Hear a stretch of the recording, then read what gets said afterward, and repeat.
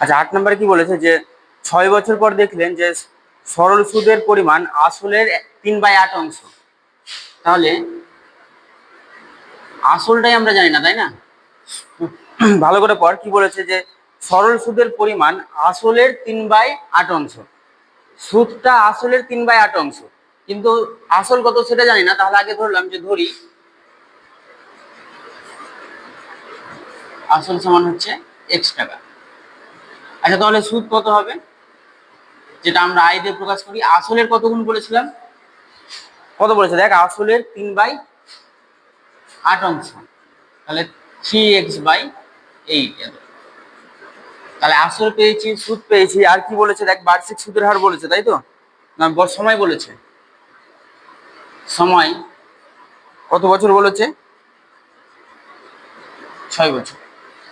তাহলে আমরা কি ফর্মুলা জানি? I = PRT/100। তাহলে I এর মান দেওয়া আছে দেখ 3x/8, P এর মান কত দেওয়া আছে? x, আর এর মান কত জানি না, সময় কত? 6/100। x x কাটলো, সমান চিহ্নের কি বলেছিলাম? গুণ থাকলে গুণাকার থাকলে উপরের সঙ্গে উপরে আর নিচের সঙ্গে নিচের কাটাকাটি যাবে। আচ্ছা এখানে আরো কাটাকাটি করা যেতে পারে, কর। 2 দিয়ে করলে 4, 50, এই 3 এর সাথে হচ্ছে 3 দুগুণা 6, তাহলে r × 2 × 4 হচ্ছে 50। তাহলে r = 50/2 × 4। তো 2 দিয়ে কাটাকাটি করা যাবে, আরো 2 দিয়ে কাটাকাটি করলে কত হবে? 25, আর 2 কাটলো, তাহলে 25/4, মানে 6.1/4%। আচ্ছা 9 নাম্বার বলেছে যে একটা 4% সরল সুদের হারে একটা এক জায়গায় কৃষি ঋণ নেয়, আর ব্যাংক থেকে 7.4% হারে সরল সুদ দেয়। তাহলে বলছে যে ব্যাংক থেকে টাকা ধার না করে সমবায় সমিতি থেকে 5,000 টাকা ঋণ নেন, তাহলে তার বছরে সুদ বাবদ কত টাকা বাঁচলো? মোট কথা একজন 5,000 টাকা ধার নিতে গেছে। আমাদের বুলবুলিতে যেমন অনেকগুলো ব্যাংক আছে, SBI আছে, UBI আছে, তারপর বঙ্গীয় গ্রামীণ আছে, তাই না? এরকম ওই 2 জায়গায় গিয়ে দেখছি, এক জায়গাতে 4% সুদ দিচ্ছে আর এক জায়গাতে হচ্ছে 7.4% সুদ দিচ্ছে। তাহলে সাধারণত কোথায় থেকে টাকা দিবে? যেখানে কম পার্সেন্ট নিচ্ছে। এবার ওটাই বলছে যে কতটা কম নিচ্ছে। ঠিক আছে, তাহলে আমরা বার করব।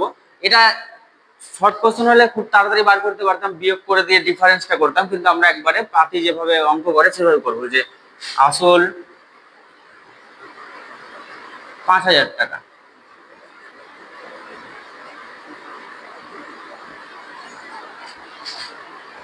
আচ্ছা বার্ষিক সুদের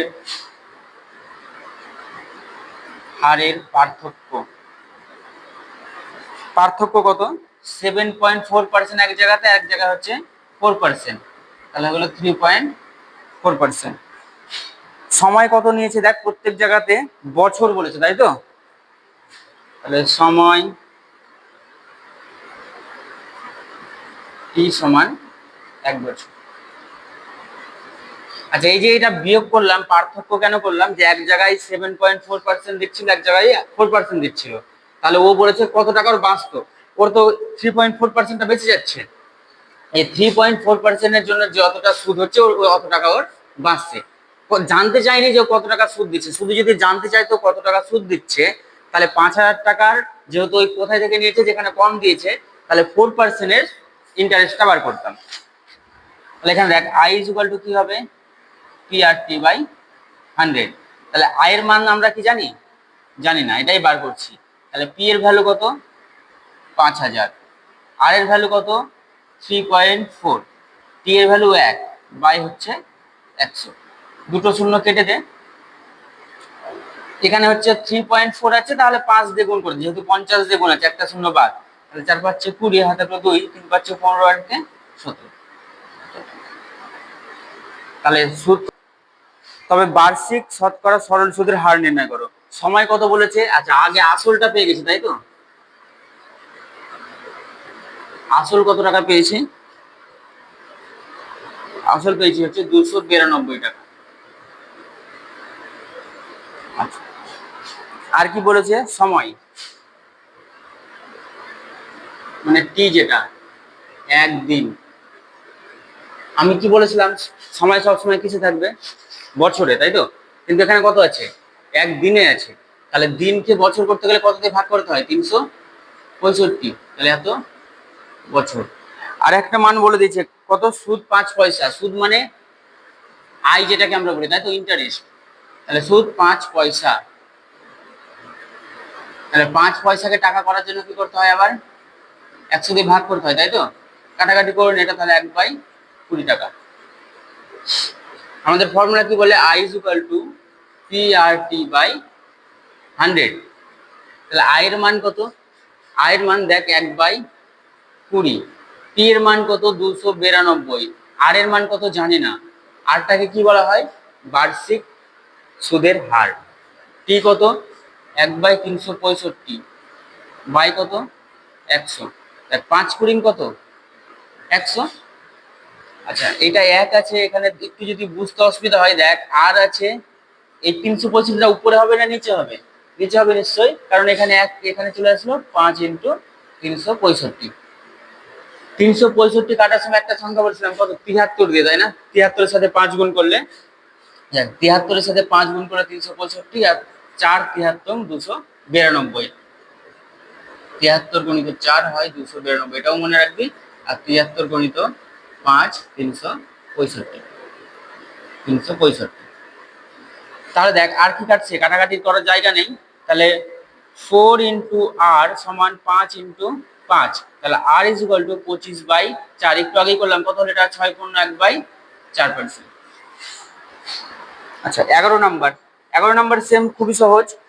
কি বলেছে, বার্ষিক 8% সরল সুদে 600 টাকার, তাহলে হচ্ছে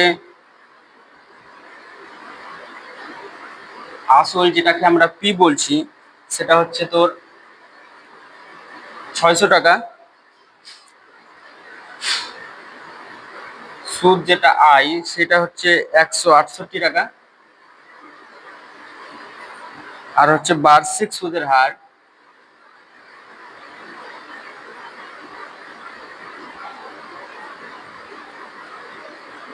8%। তাহলে আমরা ফর্মুলা কি জানি, I is equal two PRT/100। দেখ আই এর মান কত বলেছে, 168। পি এর ভ্যালু কত, 600, তাই তো? আর এখানে কার ভ্যালু দেওয়া আছে, দেখ আর এর ভ্যালু দেওয়া আছে, আর এর ভ্যালু কোথাও লেখা আছে, নেই। আর এর মানটাই তো বেরোবে। তাহলে আর সময় কত দেওয়া আছে, দেখ সময় কত দেওয়া আছে, না আর এর মান বলে দিয়েছে, আর এর মান হচ্ছে 8%, সময় বলেনি, সময় তাহলে হচ্ছে টি। এই যে আর এর মান বলে দিয়েছে, তাই না? তাহলে টি এর ভ্যালুটাই জানি না, বাই কত, 100। তাহলে 0 0 কাটা। কি বলেছিলাম, উপরের সঙ্গে উপরে কাটে, কাটাকাটি করা যায়, তাহলে তাও ছেড়ে দে এখানে, কারণ এটা কাটা যায়। 8 × 2 = 16, এক আবার 3 দিয়ে করা যায়, তো থাক এখন। 6 × t = 21। তাহলে t = 21/6। 3 দিয়ে 3 7 21, 3 দিয়ে 2, 7/2 মানে হচ্ছে 3.5। এবার অনেক সময় এটাকে কি করা হয়, 3 পূর্ণ 1/2, 7/2 মানে, তার মানে 3 বছর, হাফ মানে কত, গণিত 12, 6 মাস। চেঞ্জ করাটা দেখে দিলাম, ঠিক আছে?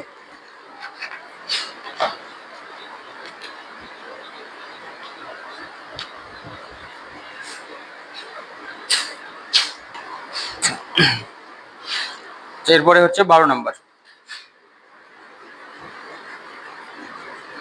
দেখ 12 নাম্বার কি বলেছে, যে বার্ষিক 10% সরল সুদে 800 টাকা ব্যাংকে জমা দিয়ে সুদে আসলে 1200 টাকা ফেরত পেয়েছে। ব্যাংকে কি তোর মনে কর 800 টাকা রাখা আছে, 1 বছর বা 2 বছর বা কয়েক বছর পরে গিয়ে দেখছিস 1200 টাকা হয়ে গেছে। তাহলে 800 টাকাটা যদি 1200 টাকা হয়ে যায়, তাহলে সুদ কত টাকা পেয়েছিস?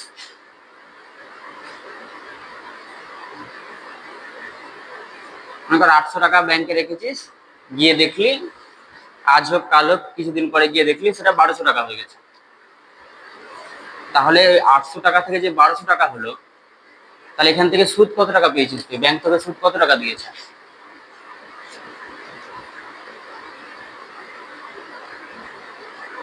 8 থেকে 12 ডিফারেন্স কত? তাহলে কত টাকা? 400 টাকা।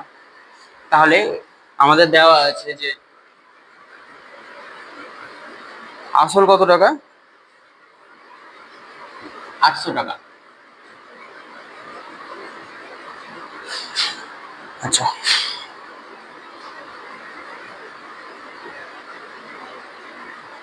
বার্ষিক সুদের হার